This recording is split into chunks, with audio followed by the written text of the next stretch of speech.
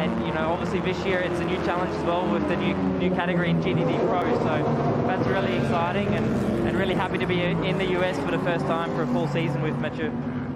Absolutely. Have you ever driven a Rossi supercar? Yeah, done a few endurance races before. Did it last year and a few years before that as well. And I love to get back and try and do it every year. But obviously, my duties with Porsche come first. This is what I want to be doing.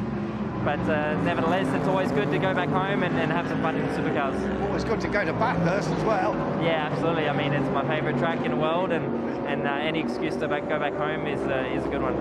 But I think it's going to be a battle of the finish. Really appreciate you coming off and unwrapping yourself from that black kit. He was a winner of the Bathurst 12-hour in 2018, 19, one of the two, with a spectacular overtake in the closing stages. He was put in for the final stint, understandably, and threw the thing around like a Porsche Carrera Cup car rather than 2019. 19, thank you, Bruce. I knew you'd have that at your fingertips. On my pieces of paper, I have many pieces of paper.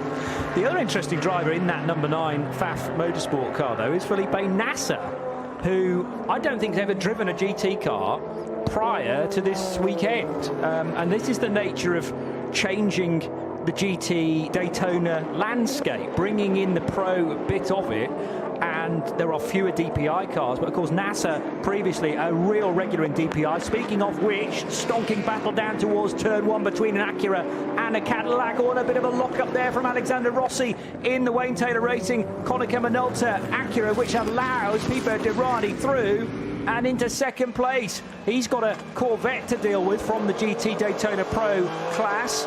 Lights appearing to flash on the rear, but I think they are static, being LED lights for the rear of the Whelen Racing car.